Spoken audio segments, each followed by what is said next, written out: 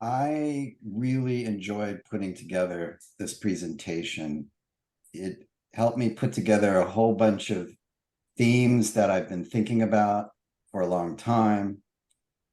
I love presenting it to this group because there's a lot of Jungian influence on it.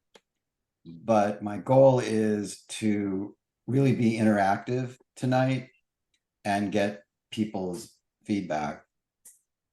My company, HeroNet, it's a new entertainment company I started. We're working on creating real life heroes. I did a lot of this work at UCLA where I wasn't so much involved in entertainment because that was sort of fantasy and escapism, but I did a lot of work at UCLA as a first aid instructor, training people to be community leaders. And what does it mean to be a hero? But I never really dug deeply into the subject like we're going to do tonight. So what I want to do is I have about an 8 or 9 minute presentation, not long. I then want to explain why personally I'm very passionate about this subject. And I really would like to get a discussion going and your feedback. So thank you again for inviting me here. Friday evening, let's relax, go on a hero's journey. I'm going to call up the PowerPoint. Hopefully everyone can see it. Can everyone see this okay? Yes. All right. The only thing I'm nervous about in these presentations is if any of the tech ever works. So I'm glad we're here. So I want to start with the hero archetype. This is a Jung group, so you'll appreciate starting with the hero archetype.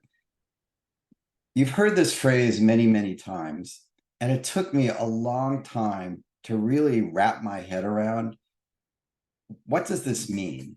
So this is my interpretation. An archetype is a character or a symbol that reoccurs over and over again throughout human history. And it appears in our stories and our fairy tales and our myths, in religious ceremonies, in games.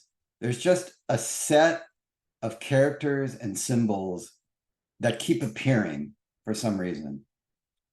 And the hero is one of the main archetypes. Other archetypes are the spirit father, or the soul mother, or the treasure, or the helpful animal, or the funny sidekick, or a dragon, or a sword. Those are examples of archetypes. We just see them appear over and over again. And so a little later, we're going to discuss why this hero archetype appears. So the question I was asking myself is, so who is a hero? We hear this term all the time. We hear it in the media. We go out in almost every entertainment experience we have. There's a hero. But the definition of a hero is really all over the place. So I want to just take some time to examine some basic definitions of a hero, and then I want to hear your definitions as well. So first I went to the word origin of hero. I'm not going to read all of this, but I'll just pick out some characteristics. And I want to say that to me, hero is a very gender neutral term. So I don't look at hero and heroine. I just think hero is perfect to describe anyone. Obviously, in earlier literature, it's skewed one way. But for me, a hero can be anyone. So it's a man of superhuman strength, physical courage, a demigod, an illustrious man, a defender, protector, to protect. So you hear protection a lot, and probably a pre-Greek word, which means this is a very old term. It really goes back far in human history. Now, a very straightforward definition of a hero is someone who risks or sacrifices their life to help an individual, a family, a community, a people, a nation, humanity. There's some sort of risk involved to your life, or you sacrifice your life. The firefighter risked their life and took out the family. They're a hero. The military person was killed in the line of duty, to protect their comrades. They're a hero. So most people agree that if you're sacrificing or risking your life, you're a hero. But then you think, well, do you have to risk or sacrifice your life to be a hero? Because another definition of a hero is the main character of a story. So if you're in Hollywood and the studio head's looking at you and the writer, like, all right, well, tell me the hero of the story. And that could be anyone doing anything. It's just this concept that the hero is a main character. They may or may not be sacrificing their life or risking their life, but a lot of times they're not.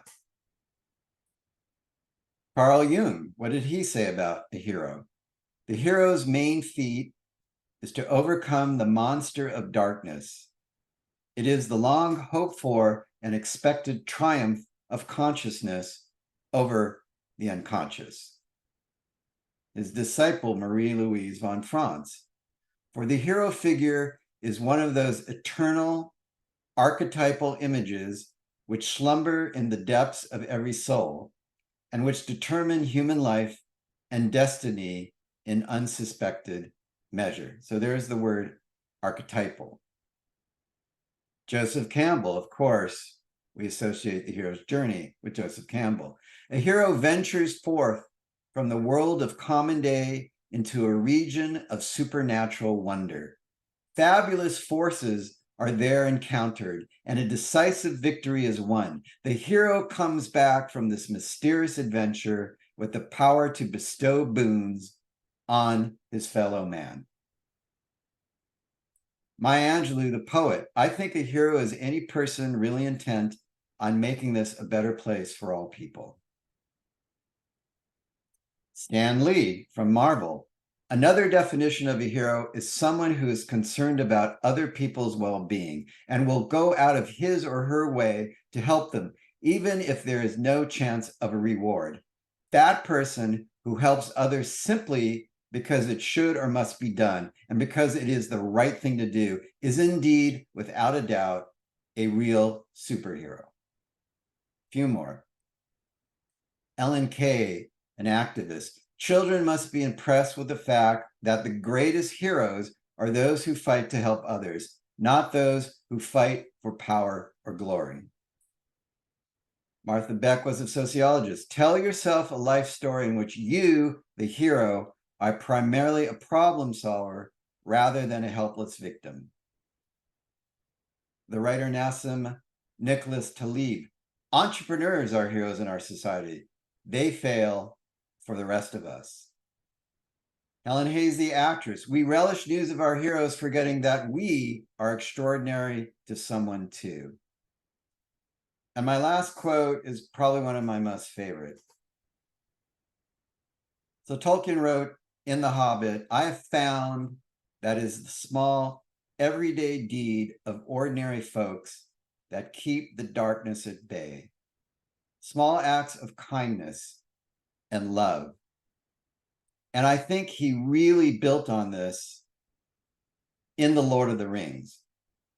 And I was pretty surprised when I unearthed this, what he said. I think the simple rustic love of Sam and his Rosie, nowhere elaborated, is absolutely essential to the study of the chief hero's character, and to the theme of the relation of ordinary life, breathing, eating, working, begetting, and quest, sacrifice, causes, and the longing for elves and sheer beauty.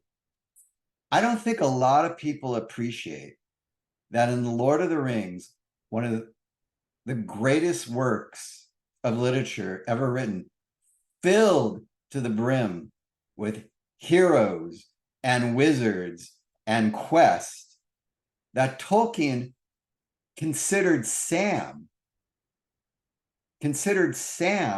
the chief hero, which feeds into the first quote above this. There's a lot of craziness going on in life, but it's just people getting up in the day and doing what needs to be done.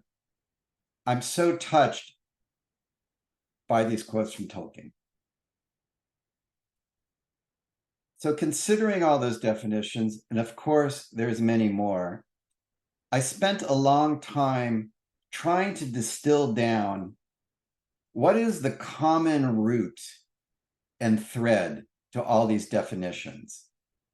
Like if I was to boil it down to a soundbite, what would that be?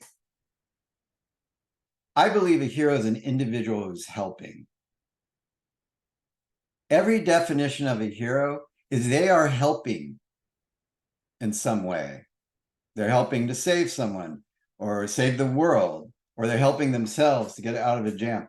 Underneath it all is a hero is an individual who's helping. And when I was putting together this talk, I was thinking about it, and I saw my 7-year-old daughter just reading a book. And out of the blue, I just asked her, what's a hero? She didn't even look up from the book. She goes, a hero helps people.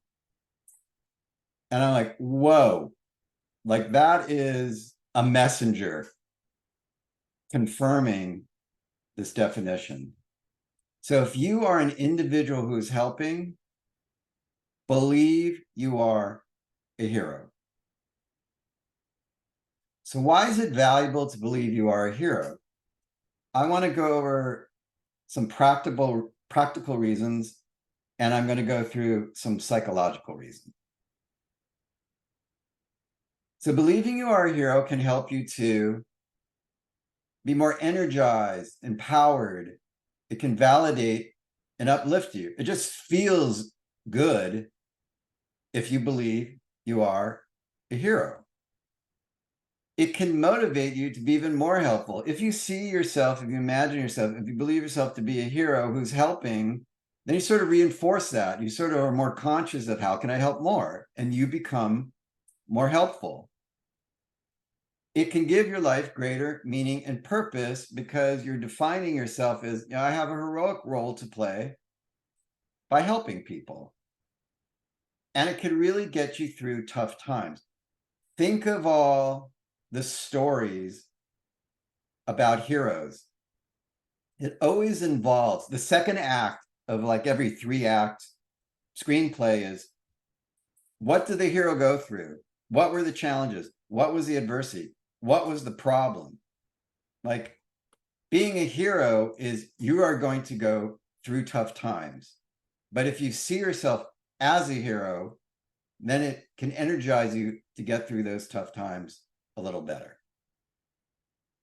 And here's something that really works for me.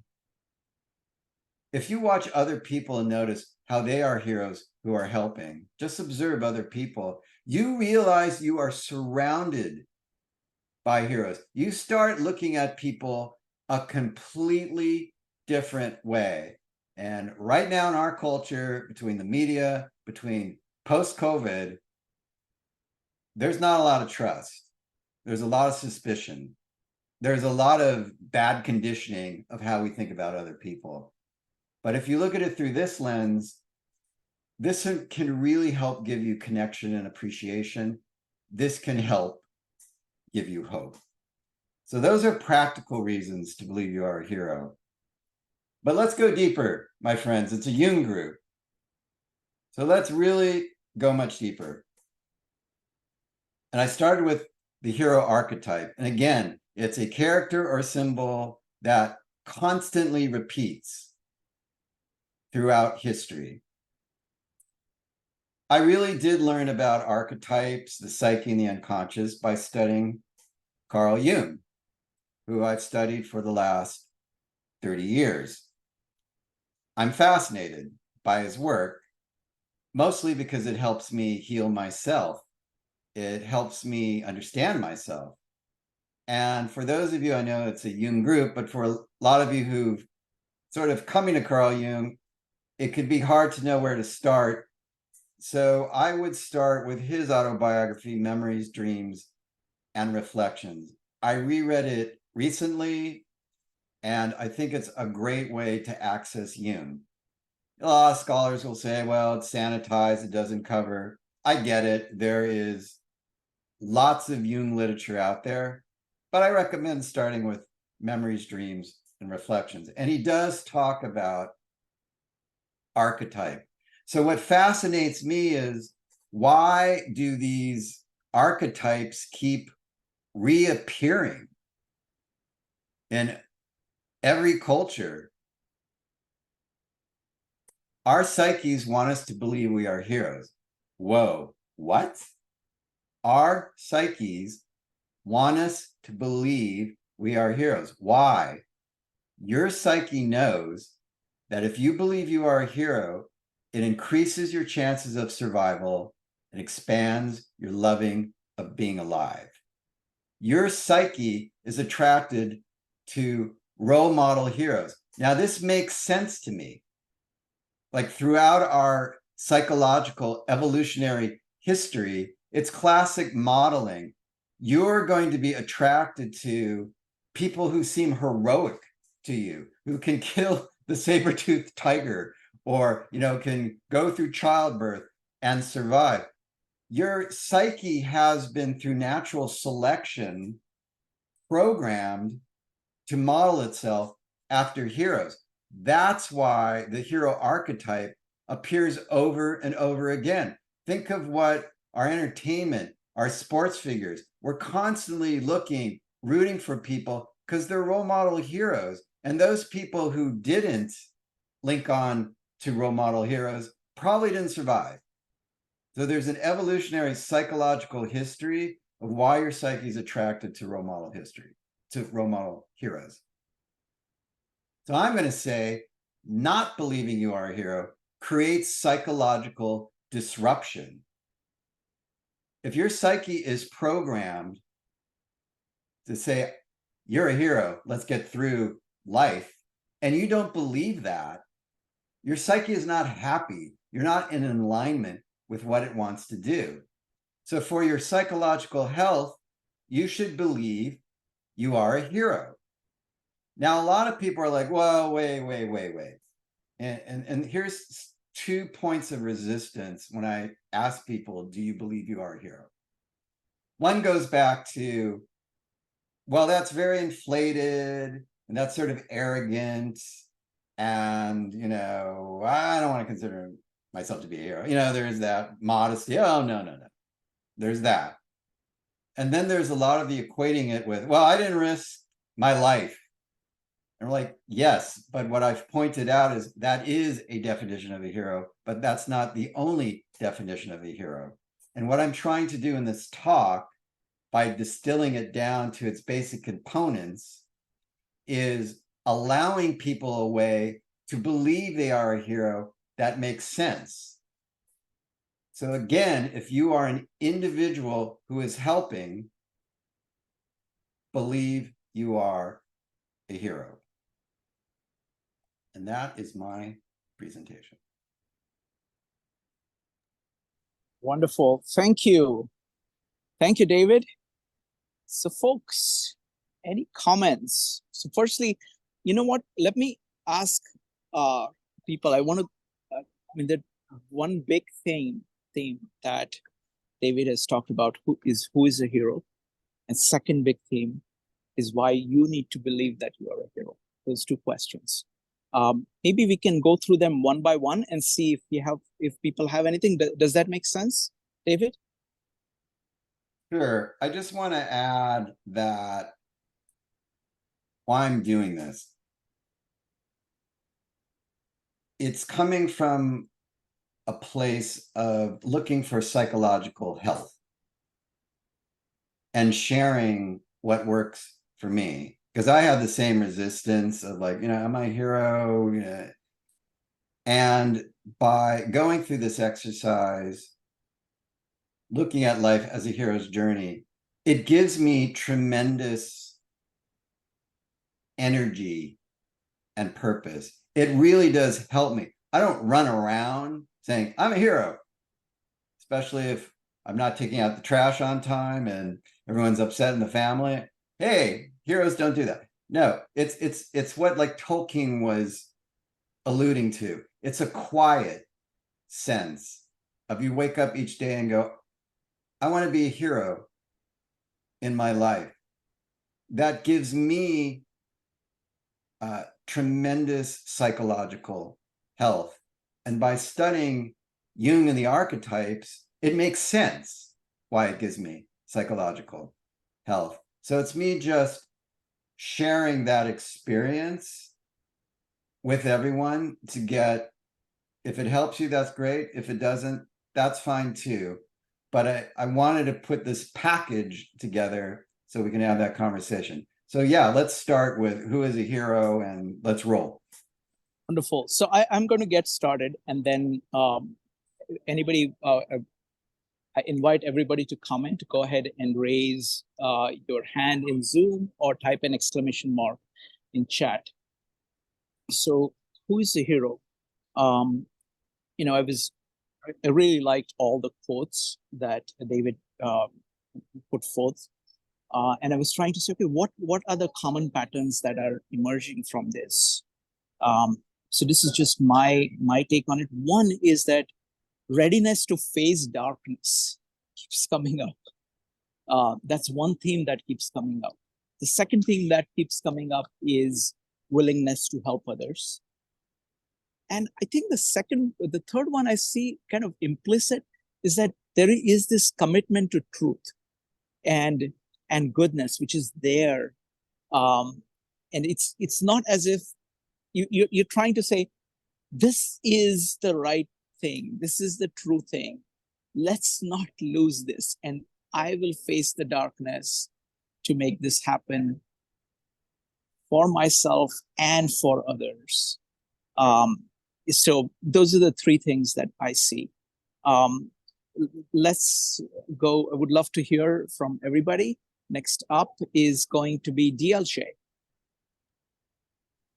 Yeah, thanks, David, for the talk. Interesting when you when the slide came up saying the hero is the main character in the story. I forget who you were quoting there. And I thought, no. What about Sam in Lord of the Rings? It was my immediate thought, right? Because Frodo is the protagonist. There's many heroes, as you did correctly say, but Frodo, and arguably the ring itself, is the protagonist. But Sam is the hero for the reasons as you stated. Now, I think that's actually in contrast to the, I'm not a big fan of Jung, sorry. That's actually in contrast to what you're saying about Jung, when you're saying that everybody has, or the psyche, implying that everybody's psyche wants to believe we are heroes or are attracted to. I mean, I know so many people who never had a pop idol hero, never had, don't care at all about sports, simply do not have or never grew up with the idea of a hero. Arguably, you could say maybe their parents were when they were really young. So maybe that. But I've got a feeling there actually is a bit of a contrast or a conflict even between this Sam kind of hero versus the hero that the archetype hero that Jung is talking about. I'm not saying you shouldn't blend the two and say, look, you could be either, right? But my personal preference, go with the Sam. I think that's where we should be. Thank you, DLJ. David, if you want to comment on anything that anybody says, you're welcome to do that. Folks would love to hear your thoughts, either about what is a hero or why it is important for you to be a hero, for you to believe that you are a hero and you to be a hero. Just go ahead and type an exclamation mark or raise your hand in Zoom. Let's see. Philip, go ahead.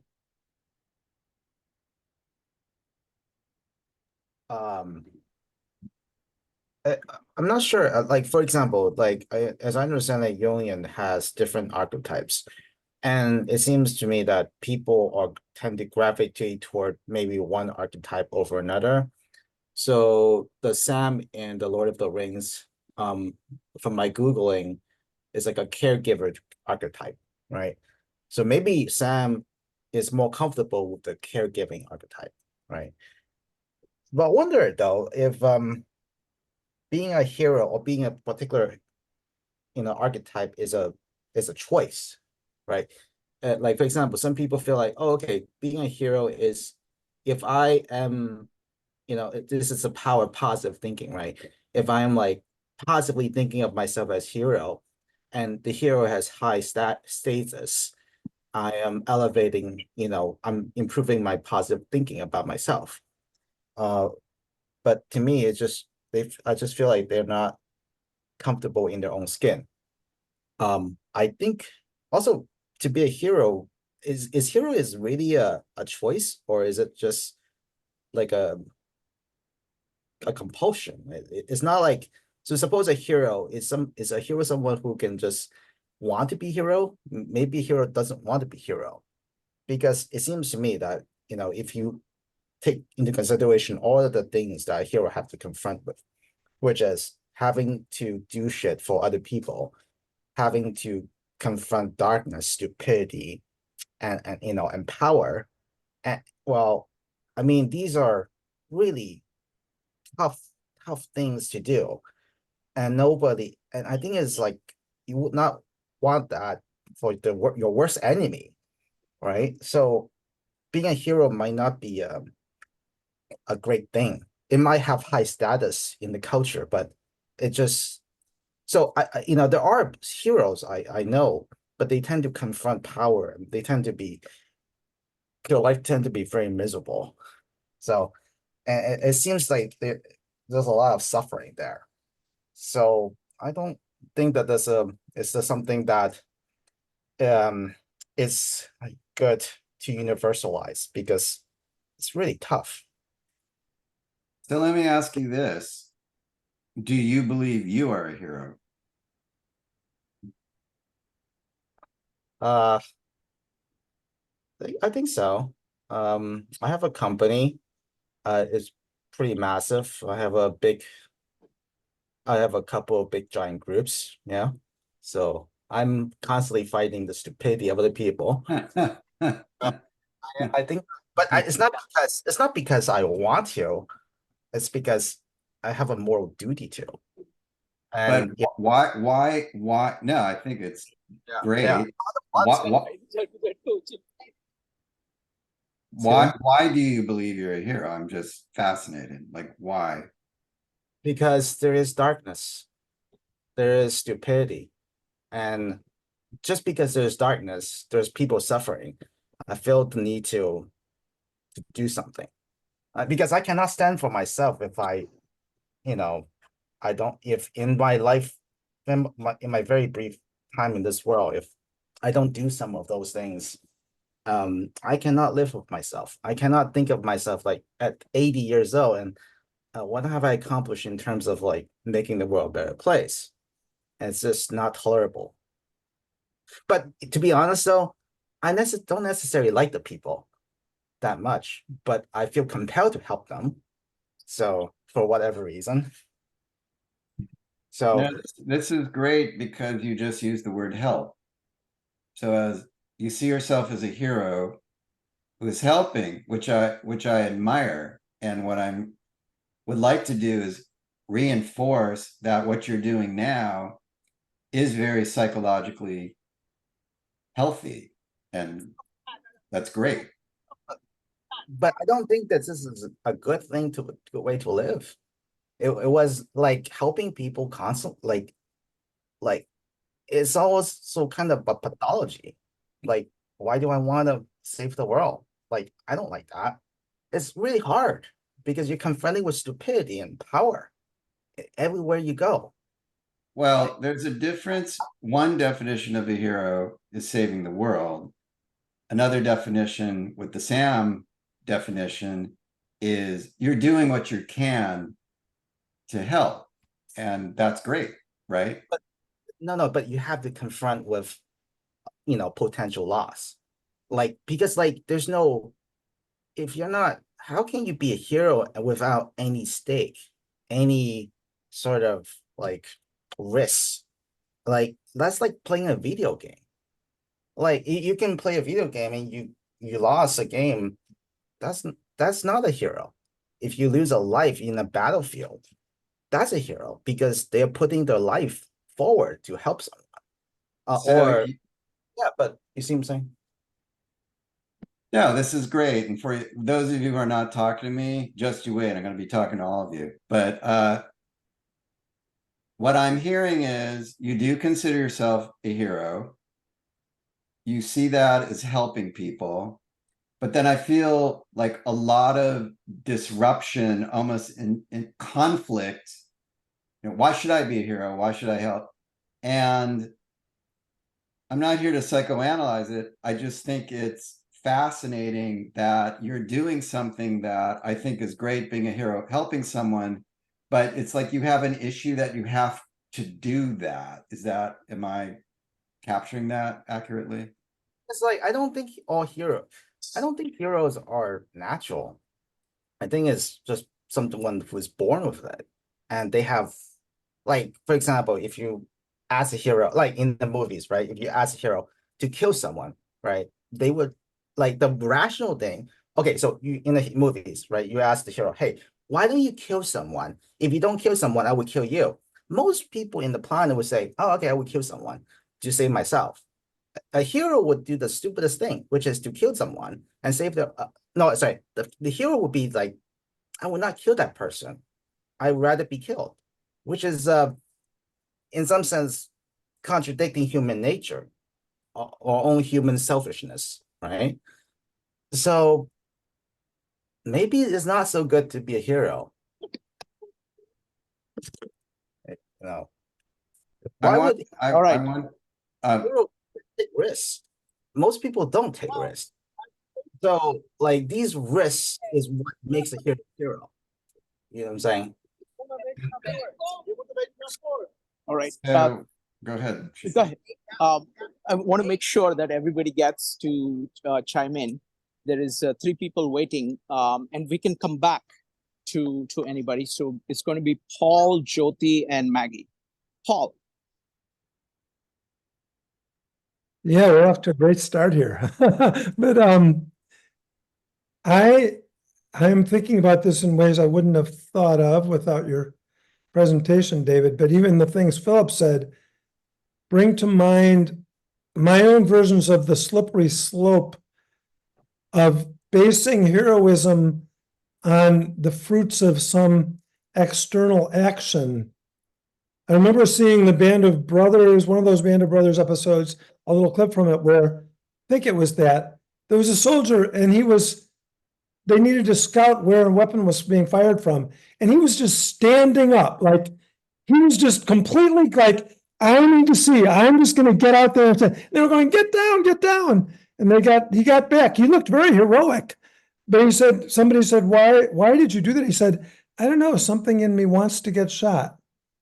Was he a hero? Is my point. It's hard to judge. And then all of the reconstructions of history, as we look back in context and go, that person was a hero, we're going to tear down his statue. So I'm saying a safer ground that I wouldn't have thought of except for this great conversation is what I thought Jung was getting at, which is the inner journey. We're all heroes because we all have this incredible self that has all these layers that's completely heroic to try to know. So that's that's what I want to be. That's my definition of heroism. So I'll stop there. Well, it's a great point, Paul, as usual. So I said a hero is an individual who's helping. I never said only exterior, because you can be helping yourself. In fact, you help yourself the most as a hero. Self-help, the term. So you can help yourself by challenging your beliefs, going on that inner journey. confronting the unconscious. And that's why I purposely wrote that. So what you're saying to me is in alignment with Jung's definition of the hero's journey, with Joseph Campbell's. However, you did mention, Band of Brothers, where we traditionally think the hero is risking their life or got shot. And my point is, yes, that's a subset, but what you're talking about is closer to my passion, where it's like going on that inner journey can be just as terrifying. And so give yourself credit that is just as heroic than sticking your head up and going, shoot me. I wouldn't call that heroic. I'd call that stupid. But but I'd love to hear your response to what I just said. Yeah, I thought, because I know you from past meetups, that I knew you were resonating with Jung's definition and would consider the inner journey the thing, just to elaborate on why I think we both feel, I trust other definitions of his heroism less, and I'm more with Philip that Sam, if you asked Sam if he was a hero, he would have said absolutely not. Like having this focus psychologically on, I'm going to save the world. I'm agreeing with Philip. I'm skeptical of that. But you have another side of you, David, that's saying this thought that it's a really heroic thing to face ourselves. I resonate with that part of your conversation. That's basically what I'm saying. So if you remember, I did a talk on puer aeternus, and that was the immature individual who projected saving the world. It was a very ego, I'm flying through the air saving the world. That unfortunately is still stuck in our collective craw, because you said it yourself. I never said Sam was saving the world or looked at that. I think Tolkien's point was it was a quiet, almost unconscious, I agree with you, act of heroism. And we have to bring down the definition of heroism. Now, a lot of people would say, well, why do you have to bring it down?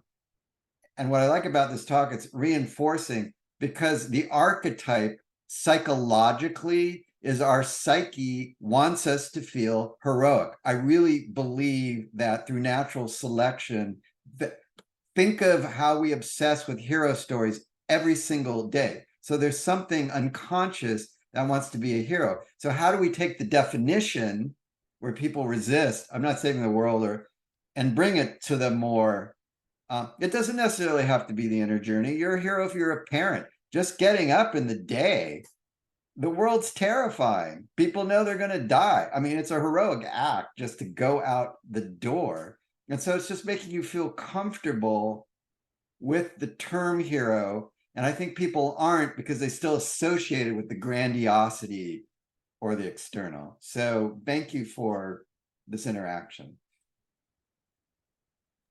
Thank you. Next up is going to be Jyoti, followed by Maggie. Folks, if you'd like to, would love to have your thoughts on this, go ahead and type an exclamation mark or raise your hand in Zoom. Jyoti, you're next. By the way, I'm loving this. Shikrant, this is exactly what we wanted. Great group. Go ahead. Excellent. So, Go hello. ahead. My opinion is that the heroic acts that you perform, they are motivated by self, not from some external force, not because I want to be a hero. You sometimes that situation demands that you act in particular situation, for helping the other or pulling him out or her from some kind of a dark situation.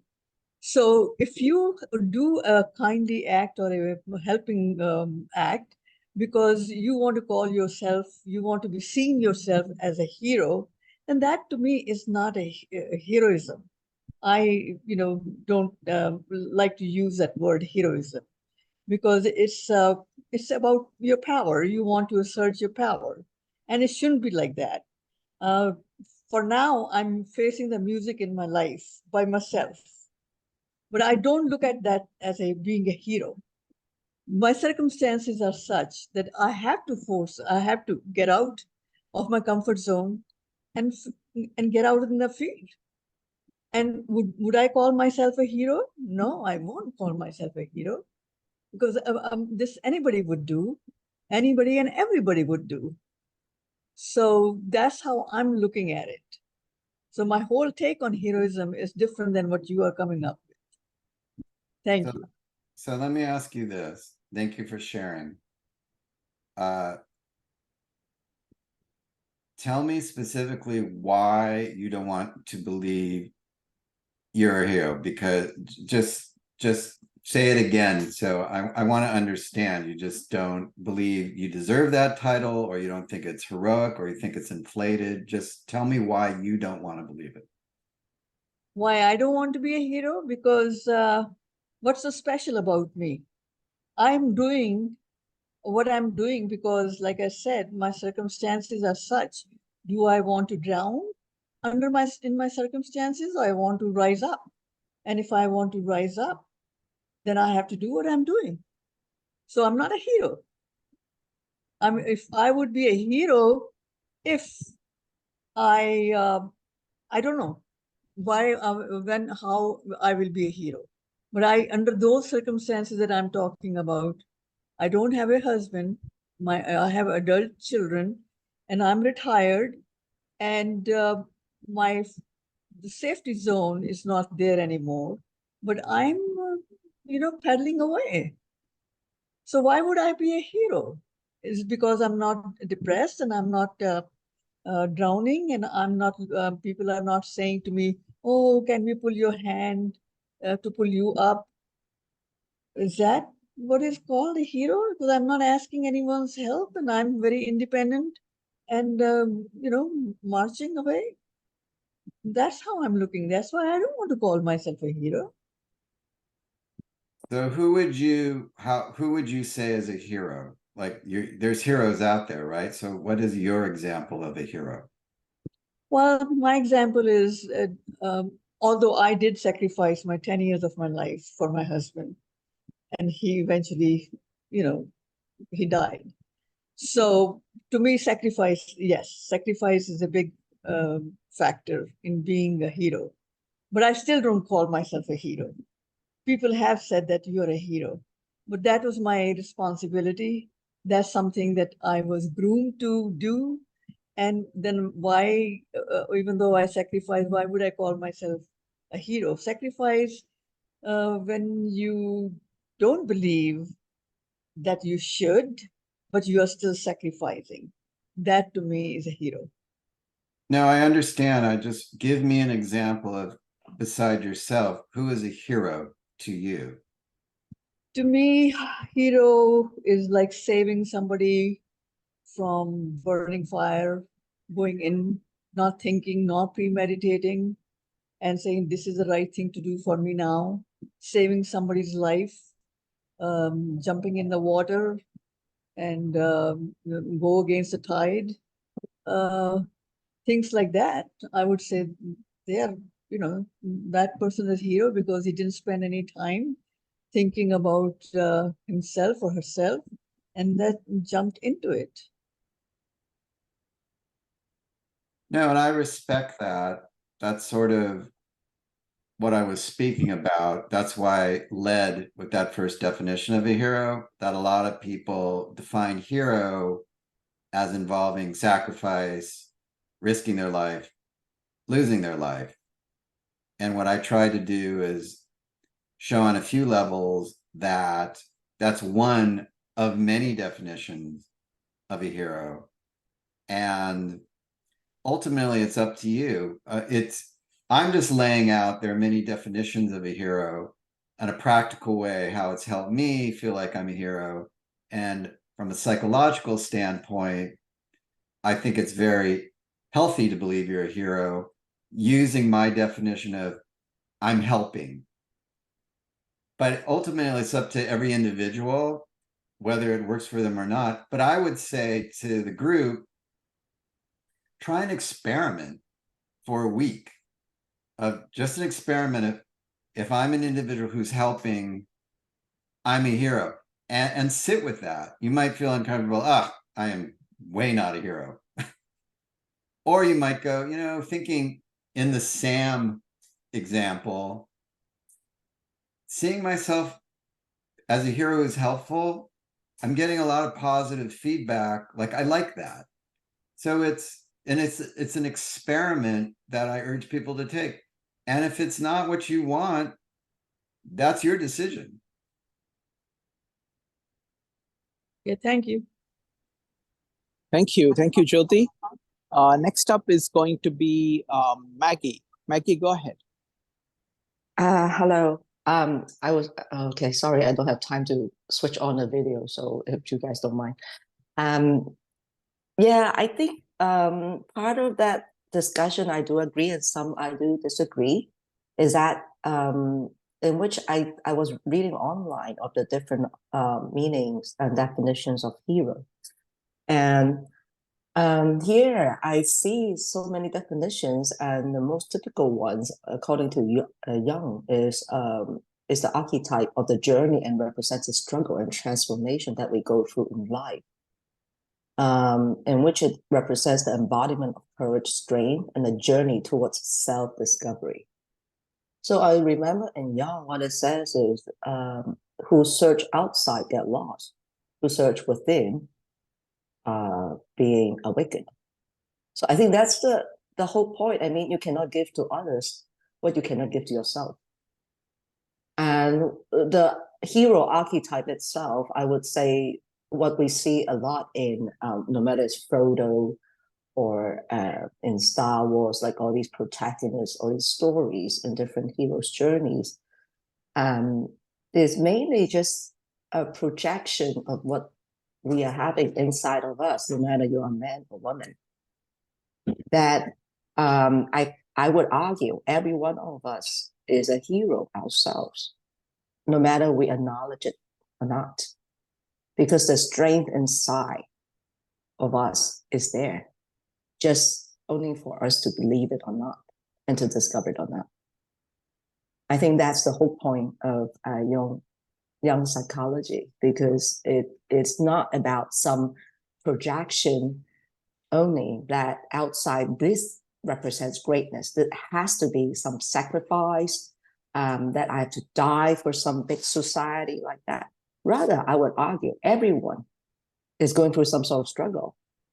No matter, it could be a depression as serious as that. Like maybe someone is going through a serious depression, and then today they're just trying to make some difference in their own life and struggling and pulling up the strength from within, that they are doing a little bit of moving forward, or going to meet a psychologist finally. Or would that be someone who is an alcoholic and then suddenly pull up the strength and say, okay, I have a daughter, and then I am going to stop trying to stop drinking, or a drug addict. Or someone like a mother, a daughter, whosoever, that everyone in the journey of in life, that we are trying to going through life despite the hardships, despite the struggles, that we still say we go on, and we just say, despite whatever hard it is, we just try, disregard, and through it we are gathering inner strength and courage. And I think that is the most important core beliefs concerning about the hero archetype and Jung psychology. It's not about some projection saying, okay, that is a hero, this is not. And man questioning, are you a hero enough? Or, it's not like a comparison of ego. It's not as simple as that. It's rather, I would argue, everyone inside of us is actually can be a hero.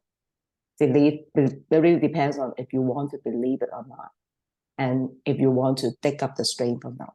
I think that's had to do with like some of the archetypes that we talk about as well, like the shadows, like slaying the dragon, So I mean, like just like every archetype, it comes with its shadows and what is the weakness and strength. And I just want to remind everyone that it is quite important to keep in mind that yes, in our society, we have been placed highly and in very inflated ego soothing terms of the hero as an archetype. And many of the hero stories that we have witnessed in our pop culture, like Spider-Man, Frodo, Lord of the Rings, whatsoever, and men to project themselves to be what they want to be when they grow up, which is a great thing.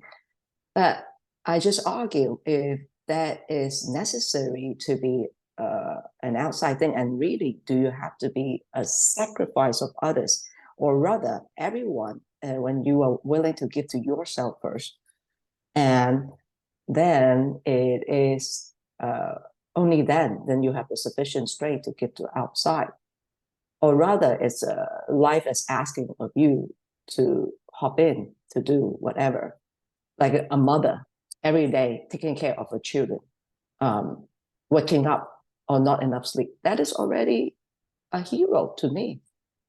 Or a little child who is autistic and just still demand, despite all these discomfort and shyness, still talk in front of the class or still go to the class. I think these are heroes and heroic in every single little act that we have not been acknowledging and have been just have to be overblown actions. I don't agree with that, because I don't think that's the original purpose of young psychology, that everyone feels beaten up, that we have to live up to this to count as a hero, that I have to die for someone or the society. Rather, I would say like something like Lord of the Rings, it is a projection of the inner hero's journey that we are going through. It's only a projection of what's going on inside of us when we are facing our inner transformation and growth, and also when we are interacting with the outside world. So that is what I want to talk about. Thank you. Maggie, that was magnificent. Thank you. Thank you. That was really superb. I'd just like to build off what you said. And I'll say it more directly. I believe that through evolutionary psychological history, our psyches want us to be heroes. Our psyche doesn't care if we accept it or not, or we think it's egocentric, or that's the disruption. We're already pre-programmed to a lot of your great points, Maggie. Getting through the day, being a mom, taking care of a kid, doing what needs to happen. It requires a heroic energy. You don't have to use the word hero.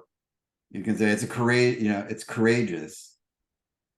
But not thinking or believing you're a hero goes against your psychic flow. It's much deeper than your ego or your imagination. Like, oh, I'm not a hero. That's what's causing the disruption. And what I'm trying to do is going, yeah, I understand you're not a hero, because that's a definition. I haven't sacrificed myself. But there are many other definitions. And if you keep it down to its root core of you're helping yourself, you're helping your family, your friends, other people, other species, you're helping in some way. Most of it, like we're talking about, is the self-help. That is a heroic act. And whether you believe it or not, or accept it or not, that's up to you. But you said it great, Maggie. I'm just building on it's deeper than us that our psyches are moving in this direction. Thank you, Maggie. Next up is going to be Connie, DLJ, and Paul. Yes, hi, David.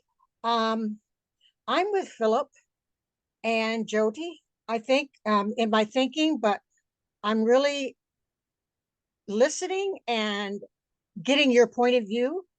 I think for me to classify or think of someone as heroic or a hero, courage comes first to me. And I think I've just seen such a lack of courage in people in my life that I cannot blankly think of everyone as a hero. Getting up in the morning, I mean, I see your point, but then what, I wouldn't use the word hero, because to get up in the morning or to go, if you're an alcoholic, I don't consider that a heroic act. But I wonder if one does think that they're a hero. And I remember years ago, many years ago, there was a woman that was raped in New York, and people, and I think killed, I'm not sure, and people walked by and no one helped her. And I've always said, this is maybe sounding a little bizarre, that I think I'm going to probably die. I know how I'm going to die. It's going to be intervening, because I, without even thinking or doing, if I get in the middle of something like that, I would have got in the middle and stopped him. And even if I got stabbed, I've done things frequently. I still don't think of myself as a hero, but I know I have a heroic instinct or a fight or flight I would go into to protect other people, because I've done it. So, yeah. And another thing, I think it waters it down. It just it makes me think, I hope I'm not sounding too rigid, but like when they were giving trophies to everyone, the generation, what, 10 years ago, if they just, went into taekwondo or whatever, and they got their belt, then they all got trophies instead of the one that won. So just by participating, I think it should be reserved for people that have courage and that make a choice to step in or do something. It doesn't have to be staying alive. It has some stepping up against authority. Like a hero to me would have been someone in, Germany, a German that would have said, no, I will not kill, innocent babies, and maybe died themselves. Like Philip said something like that. So do you think, though, David, and then I'll stop talking, do you think that if we do, for example, the people that do walk by someone that needs help, do you think if they thought of themselves as a hero, in their mind, I'm a hero, that they might then take on more heroic, or come out and actually speak up and get involved rather than walking by? So that's all I have to say. Thank you. There is a lot to unpack there. I know, I'm sorry. No, I love it. Well, I'll answer your question, but I have a couple of responses. And first of all, I appreciate your candor. I think that's heroic. Sorry.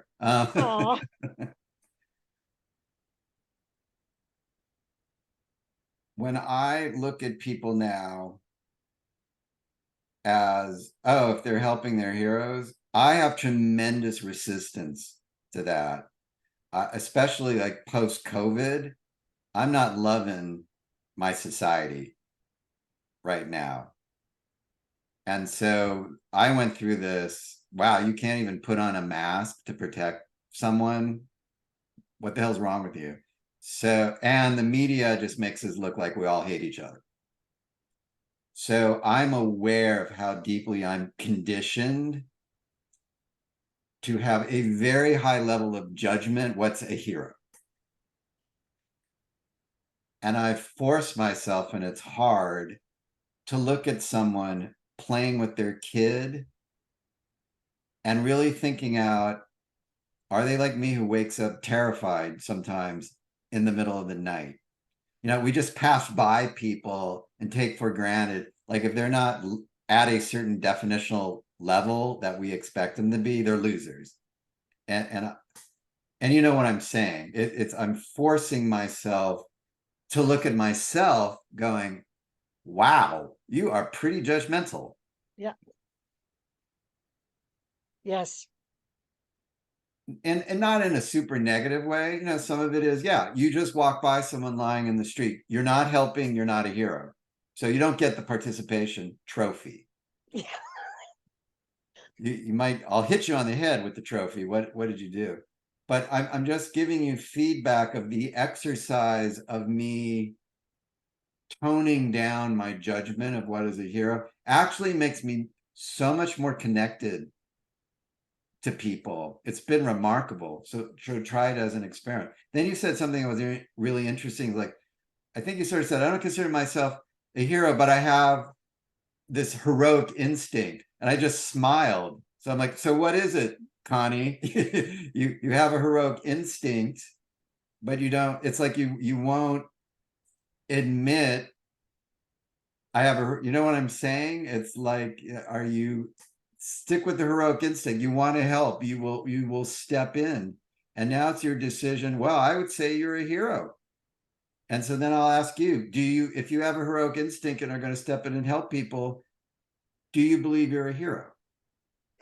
The reason I would, and I'm really appreciating your input, but the reason I don't consider it as heroic is because when I've intervened, and there's been a number of times in my life where there's been instances and someone at a train station hurt this lady, and everyone was in line for their ticket. I went to her, but I didn't plan it. That's what I'm saying. It wasn't heroic. I just did it because it's my instinct of fight or flight is to go into it. It's not even a decision. So anyway, but I get what you're saying. I've learned so much. So if you could just address I don't want to give myself that. I think of, because I want to reserve it for Abraham Lincoln. You know, I want it to be people that really, yeah, that's just where I am. But what about if we do look at ourselves as being heroic? Would we then become better people? Do you feel like by looking at that, we change our action? Yes, because it's like I said, I felt an energized alignment with my own psyche. Wow. And that made me a better person because I was like a lighter, happier person. And again, going back to the Sam example, because I'm going to get back to that, it wasn't in an inflated, I'm Abraham Lincoln, Superman. It was just a slight lift. Okay. It was a slight lift, and it reinforced, if I'm an individual who's helping and I'm a hero, and I found myself, like you're saying, instinctually, I found myself helping more. Mm-hmm. And that built a momentum. So I definitely felt a lift. And quite honestly, I've never been in danger of the egomaniac hero definition. I've always laughed at that, you know, and so many people when they hear hero, like, oh, you know, because look at our movies. Every movie there's one person, the stakes are high, 007's saving us from, so our culture so inflates to almost a pathetic nature. That's the puer alternate, you know, that it makes sense to me people equate heroism with something so inflated. And again, I'll go back to what Tolkien was doing, is like grounded in everyday life. Try it as an experiment. If it doesn't work, it doesn't work. Great, thank you. Thank you, Connie. Great observations. David, this tapestry of observations is really quite incredible. So let's keep that going. We've got DLJ. Paul, followed by Maggie. I'm getting ready for DLJ. DLJ too. Let's go. I have a lot to say to you, my friend. Go ahead. Okay, some analysis I can't help offering, sorry. So my retirement project, I guess even my life's work probably, leading towards creating a guide for autistic people to help them understand that weird species known as humans. So a guide for myself, basically. And it's got a lot of complicated models in it. I think I'm trying to look at who's here. I think maybe only Mike's seen it, maybe Elle's seen it, I don't know, but not too many.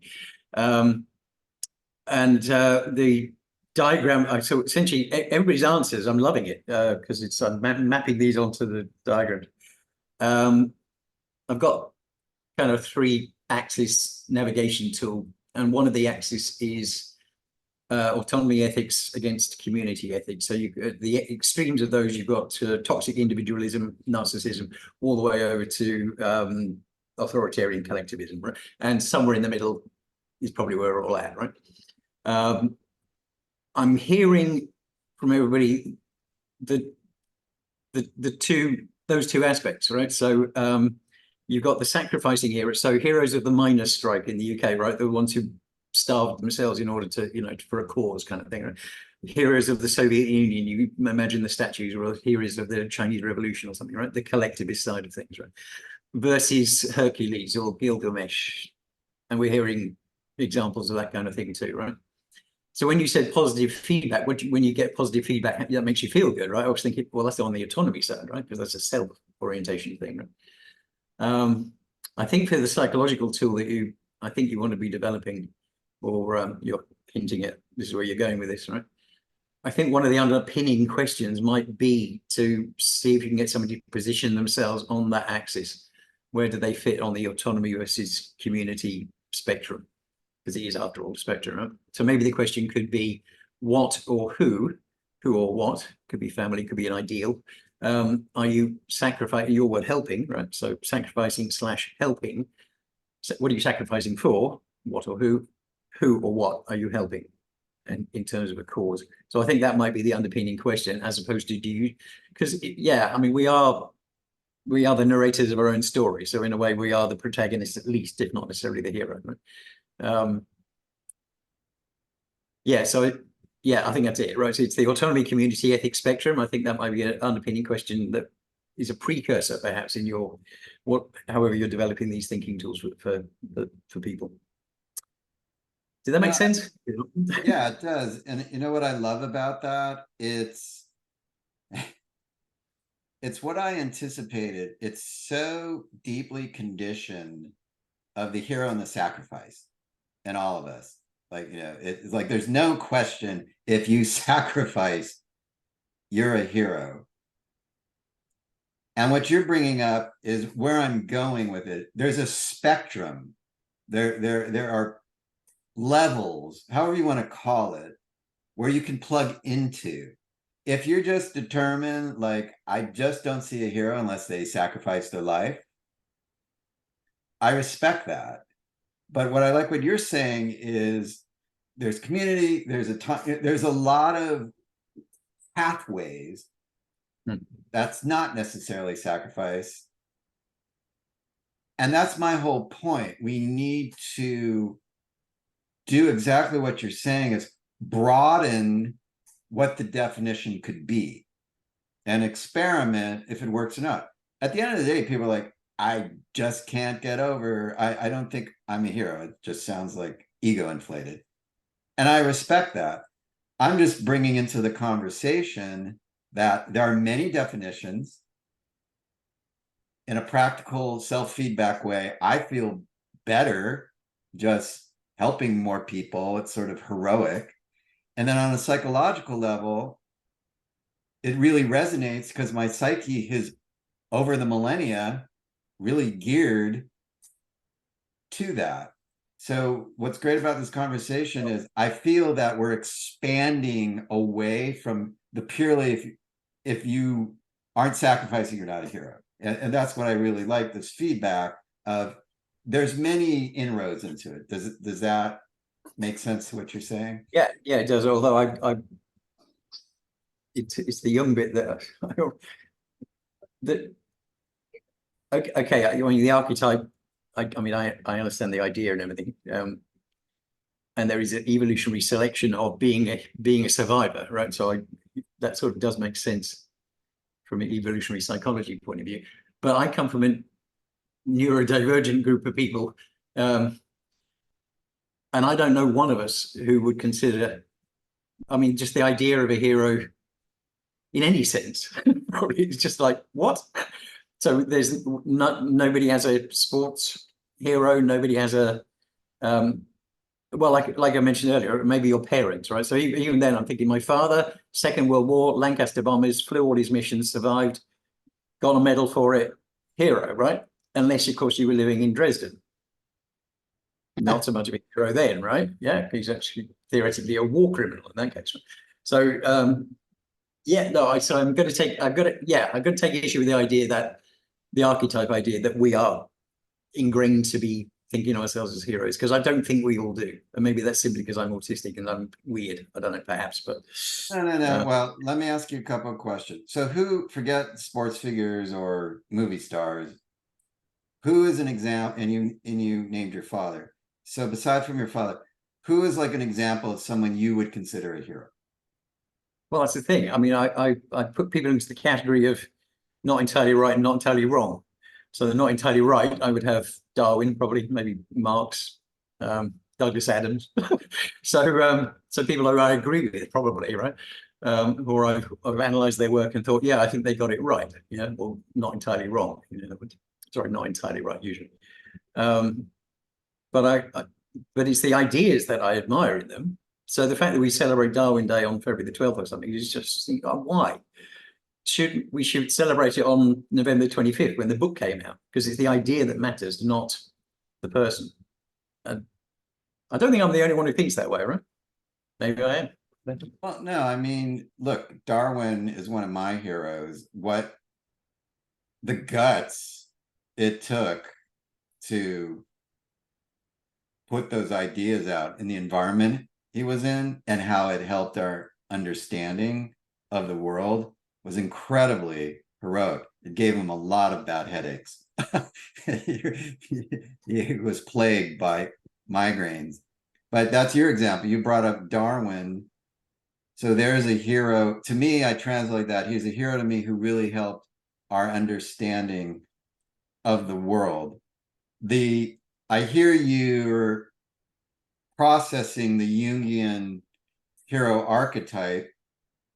And I would just say, you're a sharp guy. You ask great questions. Just sit with that.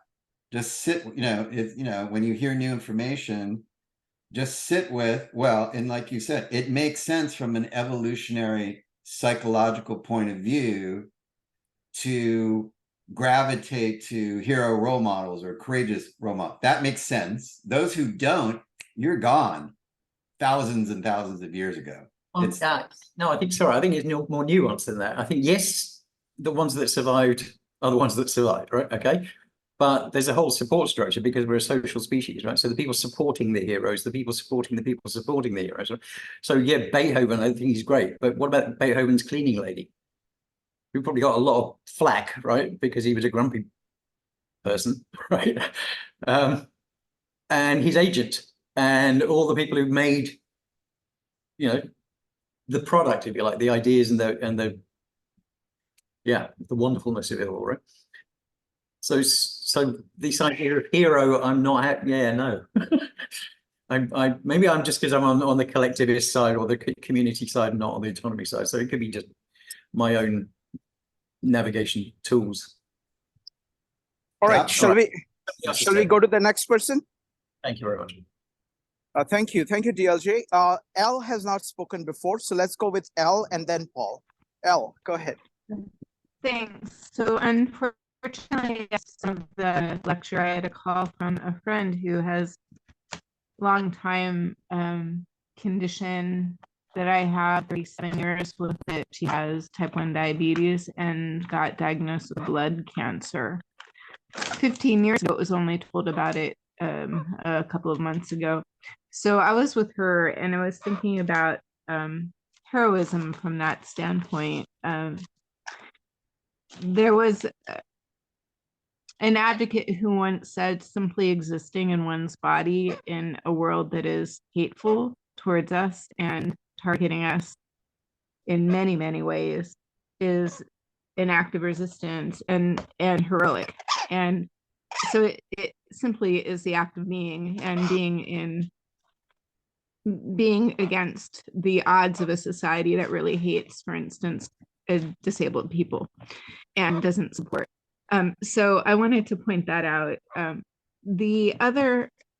Another thought I heard was, if it was almost, maybe I misunderstood it, but if you don't love yourself, you can't love others, something along those lines. If you can't be heroic to yourself, can you be to others?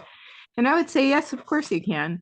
You have people, first of all, I like the idea of heroism from the standpoint of a common experience, or what could be a social common, like, reflection of self, because people are so self-hating, I mean, there's just so much. And so what a nice way to reposition self-regard, just to even have that elevation, if it's legit. I don't give up my disgust for people who find it so hard to put on a respirator mask to save lives and to save health, others, and their own. Like 20% of people don't have a genetic blessing not to have compromise with COVID. Another 30 or 40% have asymptomatic harm, and then that can get noticed later, well after infection, and then the rest very compromised. And I find it very hard to assign hero to people who are so selfish and uncaring and pliable, to not have a sense of the common good. And it's just very hard to take seriously heroism in these people. So I guess I struggle with that. But the other point was, I had working on a song or a poem for the kids who are masking in schools. There's a lot of bullying, for instance, and they've done a lot to take away safe access, for instance, online access to school. There's a lot of penalization of parents who are protecting their kids from harm. Yet this large movement of people who are quite invisible. And I find these parents to be extremely heroic, and especially the kids who are forced to go into public schools now and get bullied. And I think they said that some of the interventions against harm and bullying is that a collective come together to confront the bully. Even though at this point it's like a collective group. But anyway, I was writing a song that superheroes wear masks, but the kids do it better than Superman and Batman because they know how to wear one. And but just the ability for them to be the only adults in the classroom to actually protect themselves and others by doing that act, even with the pressure and even physical violence. And the last thing I wanted to say is heroism among other species, like Mother Nature standing up. It still survives, like even after Chernobyl, how it recovers after fires, how it recovers immediately without waiting for apology, how there was a tsunami and a hippopotamus and and a turtle befriended each other, and they helped each other through the tsunami. It's written up in NPR from the tsunami, I think it was 2004, 2005. And the ways in which these creatures learn how to communicate and help each other, I think gets undersold. So I wanted to mention them as heroes as well. Thanks. Yeah, I mean, that was fantastic. I appreciate how what you were saying is describing all the different types of heroes. Your friend struggling with the illness, Mother Nature. Again, it's moving from that very narrow definition of heroism, and you articulated it very well. So I'm going to ask you the question, do you believe you are a hero? I would, I guess if you want to call it that, sure. I'm surviving, and I think other people have a right to live with dignity too. So I have no problem standing out and I was bullied myself a few weeks ago. I had to do an essential visit and they called me out. The guy tried to recruit other people. to push me out of line. He was mocking my attire. And so I just stood up and did what was right. And then there was a sign on the building saying not to bully people in masks, and I pointed to it. And I was grateful that while he was trying to recruit people, other people in line, while they didn't participate, then they later held my place and let me be. So there was a consensus of right. So I think they were heroic, and I guess that was a stance of heroism. I suppose you could call it that, but I just call it just being. I don't necessarily notice it as heroism as much as just doing what I think is the right thing. There's also a tradition in my, sorry, I've got a little critter here who has a few things to say too. But there's a tradition tradition that I was raised by, which is called tikkun olam. It means trying to leave the world better than you find it. And it's like kind of a tradition of just trying to do what seems to be right in terms of health and safety and regard for other people. So I feel like I kind of try to follow that. And so I don't know if I want to say I'm a hero exactly. I'm just doing what I know how to do. But in a way, the word is a little irrelevant to me because I don't think it would change how I behave. So. Yeah, my perspective is the example you gave. You're helping yourself. I find that to be an act of a hero. And what helps me is looking at life through that lens where before I said I had tremendous judgment or an elevated sense of what it means to be a hero. And by redefining it as a hero is an individual who's helping, it makes me feel so much better about other people. I can't even, maybe if you're not comfortable considering yourself a hero, just noticing the little heroic acts, again, the Sam example in Lord of the Rings, it really changes your perspective about other people. I urge everyone to just try that as an experiment. I have to say, though, since COVID began and as we continue in this pandemic that they don't call a pandemic, I've just come to really hate people. I find most people disgusting for not caring. So it would be an interesting shift. I don't know that it hurts me to find them despicable, but like the more isolated I am, the better I feel. Like people are like, go live your life. I'm like, why would I want to be around that? You know, people who don't care about each other.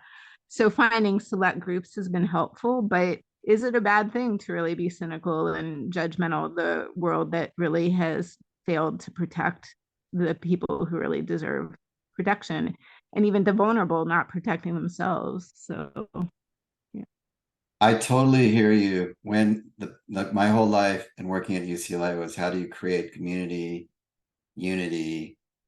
It was my passion. And then 9/11 happened. And I'm like, wow, okay, that's going to bring this country together. Sort of the message is, all right, you guys just keep shopping. We'll take care of the enemy. I'm like, whoa, we're missing our Pearl Harbor moment. And then COVID hit. I'm like, wow, it's us against nature. You know, it's what can be more unifying to humanity. And when I saw the divisiveness, I was shook to my core. And it takes a lot. Like I pride myself on going through a lot of adversity. I couldn't believe it. I'm like, are you kidding me? It's us against nature. And I went from unifying moment to what you just said. I hate everybody. It was just this visceral, what is our problem? Maybe we're just being weeded out as a species. This is ridiculous.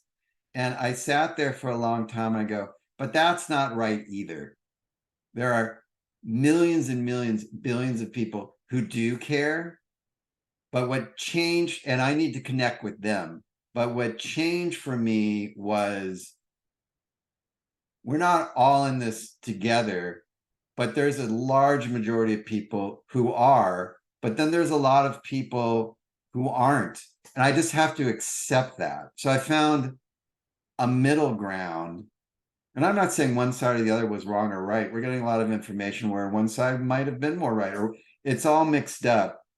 But I would urge you, because I was in the same place, not to brush everyone with the same, lens. It's natural what you felt because it's how I felt. And I'm slowly climbing out of, no, there's a lot of great people out there.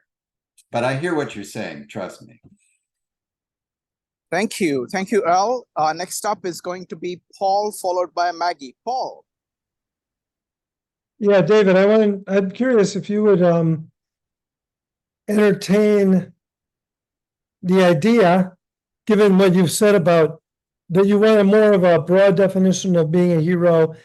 I kind of got the impression that you didn't feel it was as necessary to put an element of sacrifice in there. But regardless, I think helping is great, and that's your one word for what could be a hero, but I still would like to propose adding helping with a willingness to put something of value on the line. Not necessarily die, but even Sam. Sam put a lot on the line. Sam went into the fire cave, the Mount Doom or whatever it was, with Frodo. He put everything on the line. So he falls in the category.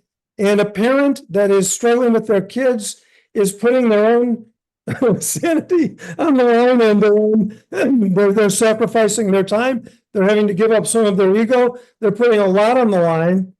And it's an important addition to your one word helping.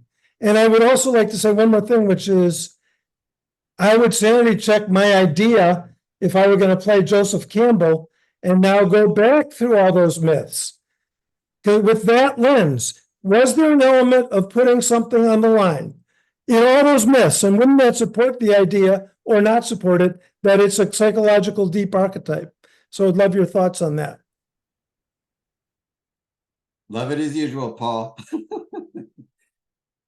I don't like the word sacrifice. I've never liked that word. I think I don't like that word. Can I just pause there? Because I changed it to put something of value on the line. Look, the word sacrifice or put something on the line, you can say in the psychological sense, you have to sacrifice your old ego, go through the death process to align with, your spiritual center and return. Classic Joseph Campbell, the death and the rebirth.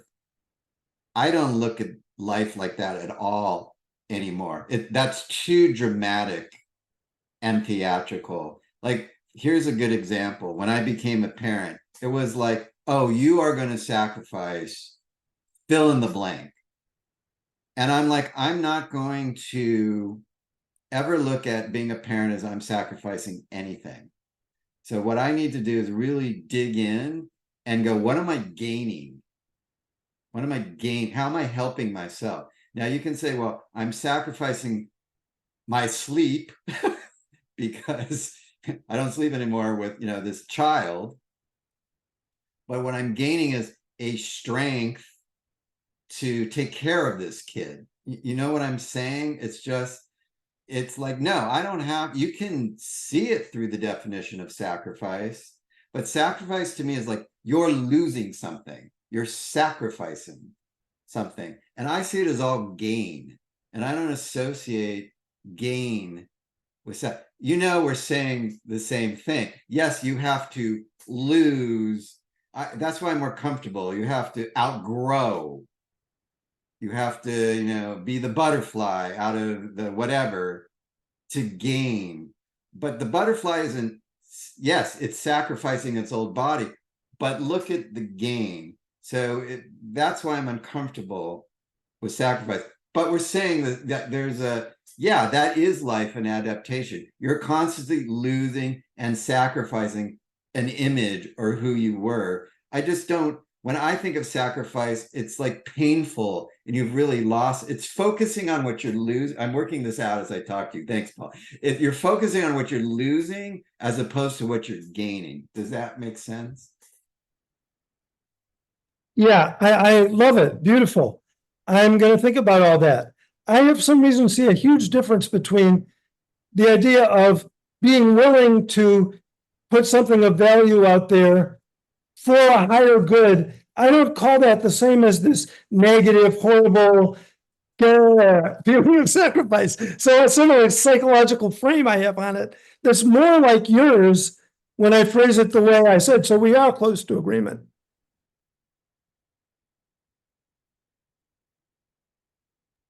Thank you.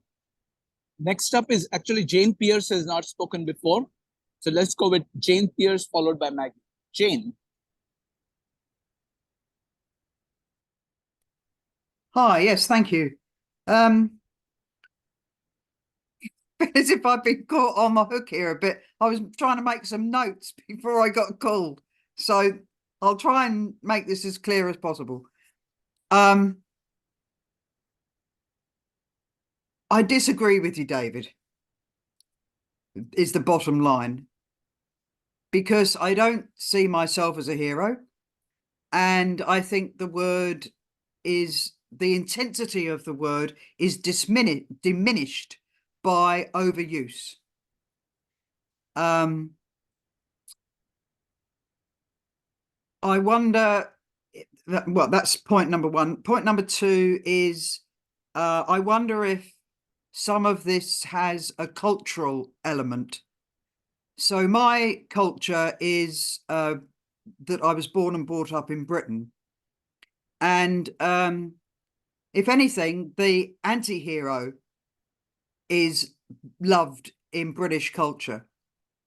So it's just a query whether this maybe works better in America. I don't know. I've been to America, but I've never lived there. And of course, we all know a lot about American culture around the world because it's everywhere. And my other point is I was trying to think to myself, well, I don't think I've ever thought of myself as being heroic. But under sort of definitions that you're using, can I think of a time where I've been heroic? Well, I mean, most of my working life was in nursing. So I suppose by definition, I become a hero. But come on. And I don't believe that for a minute. And I mean, if only for one thing that I got something back from it. By doing my job, I got a wage. I got to feel good. You know, if I felt that I was helping somebody. So, you know, it's to me, that's not heroic. So is there any other time in my life where I think, well, maybe you could call it that? Well, something came to mind. I was doing a course a few years ago and I disagreed with a lot of what was being said. And so I often, especially my classmates, felt it was way too often that I would put up my hand and put an opposing point of view. Now, why do I think that might be classed as heroic? Well, it's because I wasn't getting anything back from doing that. In fact, quite the opposite. I was pissing people off, to be honest. And so I was taking a stand because it was, to me, it was an intellectual stand and it was an ethical stand. But you know, it didn't really do me any good. It didn't do me any favors, didn't make me any friends. But I felt compelled to do it. I tried to limit it a bit, not to get up everybody's nose too much, but I couldn't stop because it was the right thing to do in my mind. I think that's all I've got to say. Thank you. Oh, I'll put my camera on. Hello. All right, I'm going to have some fun pushback with you, Jane. I thought you would. One of my favorite stories is the Holy Grail myths and Arthurian romances. And now, what country did that come out of again? I forgot. I'm just having fun. So one of the most powerful hero stories in human history happens to come from Britain. But I understand what you're saying about the English tradition. Like I said, I was giving you teasing pushback. So let me ask you this, what I've been asking other people. Who is a hero to you? Like, just what's an example of someone who's a hero to you? Well, there's the obvious people who give up their lives for somebody else, or do something that puts themselves in danger. But actually, I think that people who, because a lot of those times it may be just an instinct, you just do it, or your life is threatened, as in war or something like that. But people who, like, say, the suffragettes in Britain, those women knew that if they got caught, the outcomes were going to be likely to be physically damaging to them, where they might get force-fed in prison and so on. And certainly in the society in which they lived, particularly mostly men, they were going to be ridiculed and put down and so on. And yet, knowing that that was a likely outcome, they still went ahead and protested. I think that where you go into it with your eyes open, knowing that you're not going to get anything, you're likely to get a lot of throwback on it. I think that's heroism. But it's the term is not something that really comes into my head very often. And if it does you good, well, that's great. But, you know, we're all aware that what's right for one person isn't necessarily right for other people, as you, in fact, have said. So I'm curious, why did you come to this talk? What you saw the topic? No, I love our conversation. Why, what, if this is sort of your attitude about heroism, why would you come to this talk? Because I like to be challenged. I might be wrong. Which I think is heroic. Sorry, I couldn't resist. Now, so what do you want to be challenged on? Your attitude of what you think a hero is? Is that what you're looking for, to be challenged? I'll be challenged on anything. I'm not picking any particular thing, but just whether or not my way of thinking, my worldview is wrong. And let me tell you how much I admire that and how rare that is. I'm just saying that. I admire that, and I think that's very rare, and it serves you well. Okay. So we'll just disagree. Thank you, Well, David. no, I'm not sure. I'm not sure what we're disagreeing on. You're disagreeing on you believing you're a hero, or my definition of how you can believe you're a hero. Where is the disagreement? Both. And my approach is working on broadening people's definition of a hero. That's my main focus. My second focus is showing how believing you are a hero has practical applications in your life. It just makes you feel better about yourself. And then the deeper level is, from the archetypal standpoint, our psyches want us to believe we're a hero. So my job is to present that, and then let go if anyone else believes that. And so what I like what you're saying is, you're coming here to hear that information, and you can agree or disagree, that's fine, but it's my responsibility to promote these ideas and then let people decide from there. So I love it. But don't you think that by using the term so much, it diminishes the word from what personally, what I feel is that its true meaning? And I don't feel as if, I mean, all the years that I was nursing, I didn't do the job primarily to feel myself bolstered up. It was just a good job to have. It was a job that I could do reasonably well, and it was morally, it was a good job. I wasn't ripping anybody off or anything like that. But I can't say I went to work every day thinking, I wonder how I'm going to make myself feel good today. It just didn't occur to me. Well, I'm In on fact, your I used to get embarrassed when people did this. Well, look, I agree with you about, I started a lot of this with, we hear this term 24 hours a day. You can't walk out and not see a movie poster about a hero. And it's such an inflated, immature puer arturnus term. So I'm like,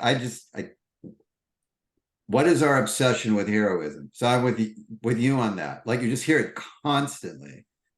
And then as I started digging deeper, I'm like, okay, going to what Jung was saying about the archetype, there's a psychological reason why we keep using the word hero. Never mind, I don't like the way it's used, or it's inflated, or it's, I needed to separate my judgments of, what, you're wearing a weird suit flying through the air, that's a hero? That's delusional. That's delusional. And what I'm trying to do is go, okay, that is a delusion, but for some psychosocial reason, the term keeps coming up. Why? And that is what's interesting to me. We can agree, I think we'll agree a lot of, that's really not a hero. That's ridiculous. But I'd like to challenge you of, there is a psychological reason why our psyche uses that as an archetype. That to me is fascinating. Does that make Well, sense? I would challenge you about whether that's even true for everybody around the world. I think that some of that is a cultural thing. So you may feel surrounded by it. I would guess that you're in the States. But I'm not sure that that's true of countries in the East, or and as I say, I don't think it's true particularly of Britain. Anyway, Well, I'll let now I'll challenge you. And what I loved about Joseph Campbell is he showed how these hero journey stories was all over the world, especially England with the Arthurian romances. And the reason that it's all over the world, Egypt, Greece, Babylonia, India, is because there's a psychological connection we share. So it's not just a United States thing. I think there's tons of evidence that it's within all cultures. Well, I mean, the only one I can really speak to is Britain, even though I've lived in other countries, but Britain I know the best. And sure, you can pick some examples where what I'm saying is not true, but I think overall, the British, I mean, just look at British comedy. It's full of anti-heroes. In fact, I mean, I'll give you one example because it's been made in both Britain and America, is the Office, the comedy show The Office. The British one has an anti-hero. He's a pain in the arse. And when it was remade in the States, it became a very different character. Anyway, I'm aware that other people probably want to have a go. Well, I want to, no, because I love interacting with you. The word anti-hero to me is an anti-definition of a hero. Those comedians are a type of hero. What they're anti to is the pompous, the arrogant, it's the trickster figure as an archetype. The trickster figure is a hero, but it's anti the false, arrogant, rigid social status hero. But when they say they're an anti-hero, they're anti, I believe, a type of hero. They're still playing a heroic role. So that's my well, immediately I think of Fawlty Towers, which he was arrogant, pompous, rigid. He was, yeah, anyway. I'm gonna stop. Somebody else. Thank you. Thank you, Jane. Next up is going to be Maggie. Maggie, thank you for your patience. Go ahead. No, not at all, because I was trying to put on the video as well. I've been enjoying the debate, not really debate, but the discussion between Jane and David. It's very interesting. And to me, I think there are several afterthoughts after listening to everyone discussing, and I've learned a lot from you guys. Thank you. First of all is, I think I'm also a Buddhism and also a Catholic person. I know it's kind of confusing, but these two instilled in my education when I grew up. So I remember one saying in Buddhism is that if you find me or find Buddha in between as a statue and as a label, then break it in between and just throw away the statue and throw away the label. So to me, hero itself is a culture thing. It's also an archetype, but I would say it's also a label. So when we say ourselves, if I am heroic or are you a hero or am I a hero, we are putting up a label that what our mental mindset of what a label, what a hero should be, versus measuring ourselves that we are or are not a hero. But I would argue, as my hero, have many heroes of mine, but one of them is Mother Teresa. And I would say and argue that maybe being kind to others is already a hero itself. Every time when you smile at someone is already an action of love, a gift to that person. And you might not know what the person is going through. So in doing so, you're maybe doing, like a heroic thing, just that you don't know that. And you might not consider that as a heroic act or a courageous act, or doing something good for others. That is one thinking I was having. Another other thought I have is about the critical judgmental inner voice, or the critical judgmental voice towards the others. There's a question I want to ask, is that the true inner voice of you? Or is that the inner voice of some authority figure when you were growing up? Do you remember? And as a child, how do you feel when you were encountering that?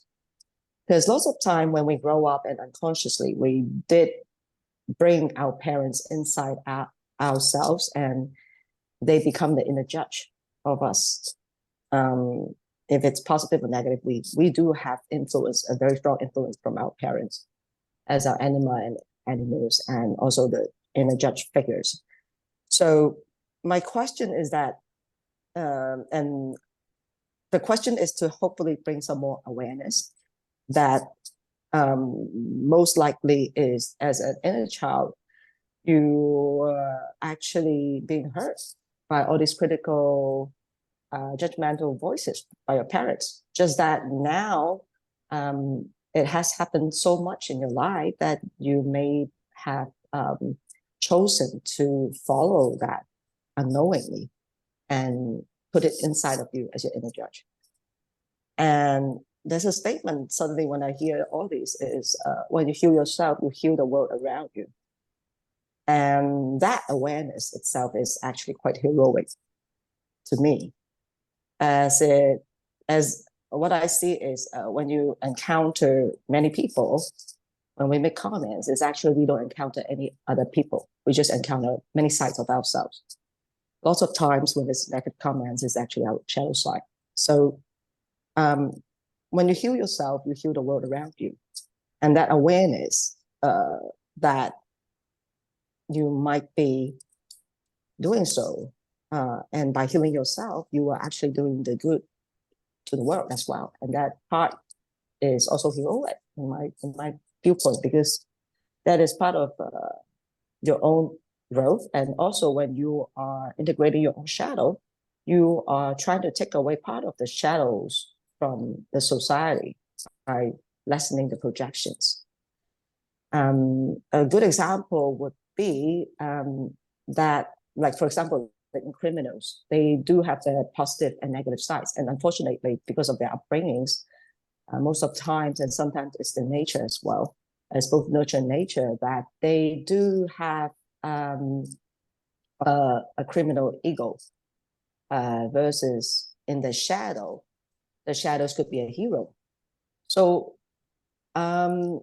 you know, I would like to raise this as when we say, oh, that is hero, and that much our culture has been defining what is a hero and what is not, and projecting so much inflation and ego and being alpha male as a hero is not to fall into the black and white two-dimensional thing that you know, being a hero is as such and is all ego and all great and stuff, and yet the anti-hero, you know, all these are just labels actually to me. And in every one of us, I believe there are sides that we could be heroic, we could be weak, we could be both at the same time. Just that we won't acknowledge it does not mean that it isn't present. So these are the thoughts that I have. And also, there are quotes that from Mother Teresa that I would like to give someone or everyone here.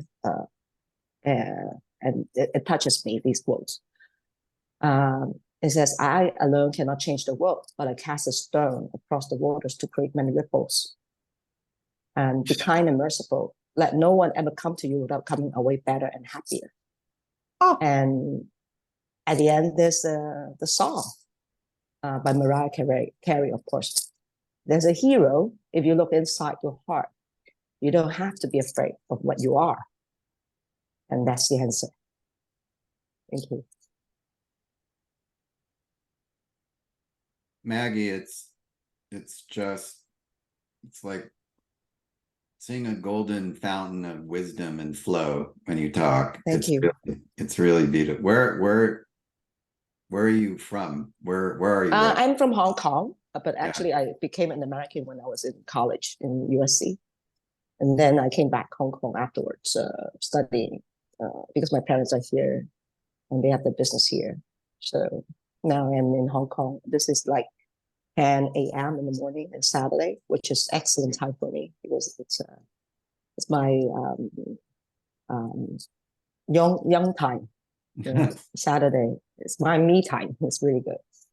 And I know Shrikant and I want to continue this hero series, probably a spin-off from the Jung series. So I invite everyone here to watch out for a continuation of what we're doing.